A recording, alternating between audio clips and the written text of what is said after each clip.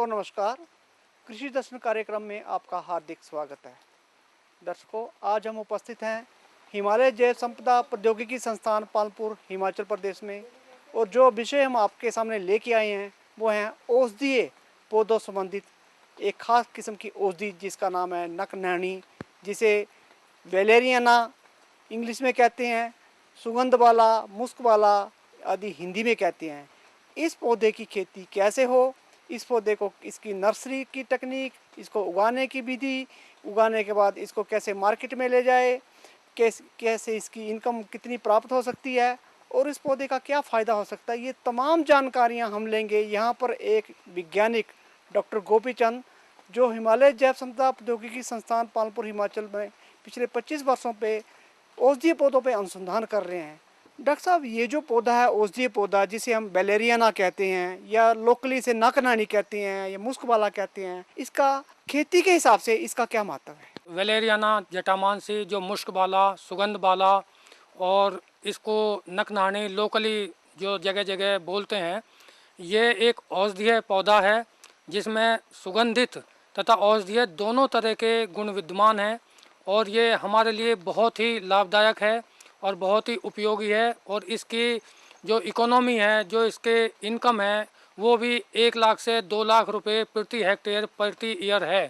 तो इसको उगाने के लिए हम दोनों तरह से काम कर सकते हैं कि ये सीड के द्वारा भी उगाया जा सकता है और जो पौधे हैं उनके द्वारा भी उसके जो रनर्स हैं उनको अलग अलग करके भी उगाया जा सकता है। यह औषधीय पौधा जो वेलेरियाना देख रहे हैं आप, जो इसकी जो डिस्ट्रीब्यूशन है, जो ये पाया जाता है, ये 1500 से 300 मीटर की हाइट पर पाया जाता है, परंतु ये 1200, 1300, 1400 मीटर पर भी उगाया जा सकता है, क्योंकि जो हमारी ज़्यादातर आबादी है वो 1200 से 1500 मीटर की हाइट पर बसी हुई है।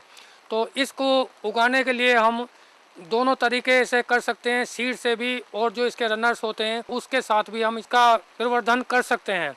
सीड से उगाने के लिए हम इसको जो पौधा लगाते हैं वो लगभग मार्च और अप्रैल में इसमें सीड आते हैं, वो सीड हम इकट्ठा कर लेते हैं।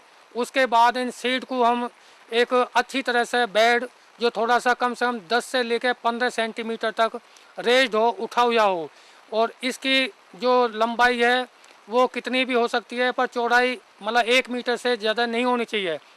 उसका कारण ये है कि जैसे हम इसको लगाएंगे, सीड को सोइंग करेंगे इसकी, तो इसमें पानी बिल्कुल भी इकट्ठा नहीं होना चाहिए। तो इसका 3 मीटर बाई 1 मीटर के बेड बना के जो 10 से 15 सेंटीमीटर रेज्ड होंगे, और जो इसकी मिट्टी है उसमें मिट्टी और रेत और गोबर का सड़ा हुआ खाद कम से कम 20 से 30 टन पर हेक्टेयर के हिसाब से डालें, और 3 से 4 टोकरी एक बेड में सफिशेंट होगा इसके उगाने के लिए। उसके बाद हल्की हल्की 1 से 1.5 इंच गहरी हम नालियां बना लेते हैं, और नालियां बना के उसमें हल्का हल्का सीड, इसमें एक तरीके से ब्रॉडकास्ट, बहुत धीरे धीरे हाथ से उसे ब्रॉडकास्ट कर देते हैं। क्योंकि ये सीड बहुत ही हल्का है तो इसमें राख या बहुत ही बारीक रेत भी मिला सकते हैं, ताकि सीड बहुत ज़्यादा एक जगह क्लस्टर या गुच्छे के हिसाब से ना पड़े। तो इस तरह से धीरे धीरे हम नालियों में सीड का डाल देते हैं। उसके ऊपर रेत या थोड़ी सी हल्की सी राख भी बखेर देते हैं, और धीरे धीरे इसको इस तरह से मतलब कम से कम 4 इंच के फासले से नालियां बनाते हैं। इसके बाद में बहुत हल्का सा फुहारे से पानी लगा देते हैं। पानी इस हिसाब से लगाया जाता है कि बिल्कुल भी पानी बहे ना, सिर्फ जहां डाल रहे हैं वहाँ थोड़ा सा मॉइस्ट हो जाए, और मॉइस्ट होने के बाद में थोड़ा इस तरह से ही कि सीड बहे ना या तैरे ना सीड, इस तरह से पानी लगाते हैं। इसके साथ साथ हम, जैसे हमने सीड लगा दिया, इसके साथ साथ जो पहले हम बेड तैयार करते हैं उसमें अगर आपका कुछ ऐसा है कि उसमें इंसेक्ट या कीड़े वगैरह हैं, तो उसको हम फॉर्मेलिन से 5% फॉर्मेलिन से उसको स्टरलाइज भी कर लेते हैं। और सीड लगाने से पहले जैसे 1 दिन पहले या 24 आवर्स उसको एक पॉलीथीन से ढक देते हैं 5% फॉर्मेलिन का सॉल्यूशन डाल के। वो कम से कम 8 से 10 सेंटीमीटर तक जो मिट्टी है बेड की वो कम से कम तर हो जाए उस पानी से, और अगले दिन हम उस पॉलीथीन को हटा देते हैं ताकि कोई इंसेक्ट, कीड़ा या कोई दूसरे किसी भी तरह का कोई इनको नुकसान ना दे। तो अगले दिन फिर इसको हल्की हल्की नाली बना के डाल देते हैं, जो मैंने अभी आपको बताया है। इसके बाद में नर्सरी ये आपके 3 या 4 हफ्ते में ये सीड निकल आएगा। और इसको थोड़ा सा पानी डालने के हिसाब से एग्रोनेट से या किसी ऐसे बारीक कपड़े से ढक भी देते हैं, ताकि सीड बहुत हल्का होता है, पानी की टक्कर से सीधे से किसी तरह का सीड को नुकसान ना हो। तो ये लगभग 1 से 2 हफ्ते या 1.5 हफ्ते तक ये हम एग्रोनेट वगैरह बिछा देते हैं और 2 हफ्ते के बाद में हटा लेते हैं। 3 से 4 हफ्ते के बाद में इसमें सीड निकल आता है। सीड इस तरह का है कि इसकी वायबिलिटी जो है वो बहुत लंबे टाइम नहीं रहती है। जैसे ही अप्रैल के फर्स्ट वीक में हम सीड को हार्वेस्ट करते हैं तो विदिन 1 मंथ, 1 महीने के अंदर ये सीड को हमें बो देना चाहिए। तो 3-4 वीक के बाद में ये जून या जुलाई के फर्स्ट वीक तक ये सीड जर्मिनेट हो जाता है। इसके बाद में जैसे ही 8 से 10 पत्ते आ जाएं तो इसको या तो हीको ट्रे में और या पॉलीथीन स्लीव में हम छोटे छोटे प्लांट ट्रांसफ़र कर देते हैं। इसके बाद में इसको हम फील्ड के ट्रायल में भेज देते हैं या लगा देते हैं। अगर कहीं जहाँ भी फील्ड ट्रायल लगाया जाए, ओपन में भी ये हो सकता है, ऐसी कोई प्रॉब्लम नहीं है, परंतु इसकी ईल्ड कम होगी। अगर कहीं पार्सल शेड हो, किसी भी तरह का हो, या तो एग्रोनेट का हो काल्पनिक, या अगर पेड़ हैं थोड़े बहुत, तो अभी उसमें भी हम लगा सकते हैं। पेड़ों के नीचे इसकी ग्रोथ बहुत अच्छी होती है। जो खेत में लगाएंगे तो उसको 3 से 6 मीटर 10 मीटर लंबा कर लेंगे, परंतु ये रेस्ड बेड ही हो तो अच्छा रहेगा, ताकि उसमें पानी इकट्ठा ना हो। इसके अलग दूसरा भी तरीका है, हम जैसे आलू की तरह आप बीड बनाते हैं, वो रेस्ड बेड बनाते हैं 10 या 15 सेंटीमीटर, 20 सेंटीमीटर के करीब भी, 15 से 18 सेंटीमीटर, जो रेस्ड आलू का जिस तरह से लगाते हैं उस तरह से भी हम इसको लगा सकते हैं। ये प्लांट टू प्लांट कम से कम 20 से 30 सेंटीमीटर की दूरी होनी चाहिए और रो टू रो कम से कम 40 से 50 सेंटीमीटर की दूरी होनी चाहिए। तो 1 हेक्टेयर में लगभग ये 60 से 70 हज़ार तक प्लांट लग जाते हैं। तो ये इसलिए मैं थोड़ी एवरेज बता रहा हूँ, क्योंकि कहीं पानी के लिए रास्ता, कहीं बीड, कहीं रास्ते, कहीं कुछ है, तो ऊंची नीची ज़मीन भी है, तो कहीं ना कहीं उसमें गैप हो जाते हैं। तो अगर गैप नहीं है तो 70-75 हज़ार तक भी प्लांट लग जाएंगे, और गैप हैं तो फिर 60 हज़ार या 65 हज़ार तक भी प्लांट लगेंगे। इसके जो ज़्यादातर एसिडिक सॉइल ही ये पसंद करता है, जो 6 से और 7 के बीच में जो इसकी पीएच है वो होती है, रहनी चाहिए, तो उसमें इसकी ग्रोथ अच्छी होती है। अच्छा, 1 साल में इसकी जो खेती है वो हम नहीं हार्वेस्ट करते। ये 14 महीने 15 महीने के बाद में इसमें जो इसके कंटेंट हैं, जो ऑयल है, जो वेल पोर्ट्रेट है, वो इसमें इस्टेब्लिश हो जाते हैं। 14 महीने के बाद में या कम से कम 2 साल के बाद में हम इस क्रॉप की हार्वेस्ट करते हैं। इसका जो पार्ट है वो रूटेड पार्ट जो काम में आता है, और उसमें तेल भी निकलता है, एक वेल पोर्टेड भी उससे एक्सट्रैक्ट करते हैं हम। इस तरह से हम इसकी खेती जो बड़े आराम से कर सकते हैं। और किसान भाइयों, आपका बहुत लाभ और बहुत आपको इकोनॉमी आपकी बढ़ सकती है। जो ट्रेडिशनल क्रॉप है उनसे 3 से 4 गुना आपको फालतू इसकी क्रॉप आपको मिल सकती है। अब बात आती है कि जब किसानों ने इसे उगाना है तो उसका जो प्लांटिंग मटेरियल है, जो बीज हैं, वो कहाँ से लें, उसकी गुणवत्ता का कैसे वो श्योर हो जाएं, उसका लगाने का टाइम क्या है, और उन्हें क्या सावधानी रखनी है ताकि वो ज़्यादा से ज़्यादा इनकम इस पौधे से ले सकें। मैंने बताया आपसे, सीड से जो नर्सरी रेज होती है, और एक हम प्लांट से भी उसको स्प्लिट करके इसका प्रोपेगेशन कर लेते हैं। तो जो सीड से हम लगाएंगे वो हम अगस्त के महीने में या जुलाई के अंतिम सप्ताह में लगा सकते हैं खेतों में। और जो इसका ये थोड़ा सा जो 1200 से 1500 मीटर की हाइट पे वहाँ लगा सकते हैं। जो इससे हाइट वाले स्थान है, जहाँ 1500 से 3000 मीटर की हाइट पे जो आबादी है, जो किसान है, वो इस फसल को अक्टूबर के महीने में लगा सकते हैं। तो इस तरीके से इसका टाइम थोड़ा सा अलग अलग करेंगे। जो हाइट पे है उसमें थोड़ा बाद में लगाएंगे। तो इसके जो गुणवत्ता है और इसके सीड एंड प्लांट मेटेरियल की बात इन्होंने बोली, तो मैं किसान भाइयों सब आपको विस्तार से बताना चाहता हूं कि इसकी गुणवत्ता हमने परख ली है अपने संस्थान में, और ये हम लगभग 15 साल से इस पर काम कर रहे हैं। तो इसकी हमने हमारे यहाँ केमिस्ट्री लैब है, इसकी अच्छी तरह से, तभी मैंने बताया कि 0.4 से 0.5% तक इसका ऑयल आता है, वेल पोर्टेड 4% है। तो ये सारी गुणवत्ता हमने, और किस महीने में अच्छा आता है तो ये भी मैंने आपको बताया। और इसकी जो रूट के नीचे की जो ग्रोथ है वो जुलाई अगस्त में अधिक होती है, परंतु जुलाई अगस्त में इसकी ऑयल की मात्रा अधिक नहीं होती।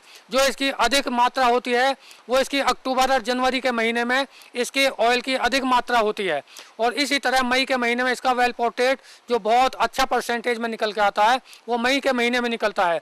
तो किसान भाइयों जो और सावधानी बरतनी है, एक तो कम से कम आपका जो भी बेड बनाए, जो खेत बनाए, वो या तो थोड़ा ढलान पर हो, जो कम से कम 15 से 20% थोड़ा सा ढलान पे हो, जिसमें किसी भी हालत में पानी एकत्र ना हो, पानी इकट्ठा ना हो। अगर पानी इकट्ठा हो गया तो इसके पौधे खराब हो जाते हैं और ये बूटे गल भी सकते हैं। और दूसरा ये है कि उसमें प्रॉपर ड्रेनेज, प्रॉपर नालियां जो आपको बनानी होंगी, तो जो फालतू पानी है वो बाहर निकल जाए नालियों के द्वारा होता हुआ। तो इस तरह से ये सावधानी आपको बहुत ही बरतनी है।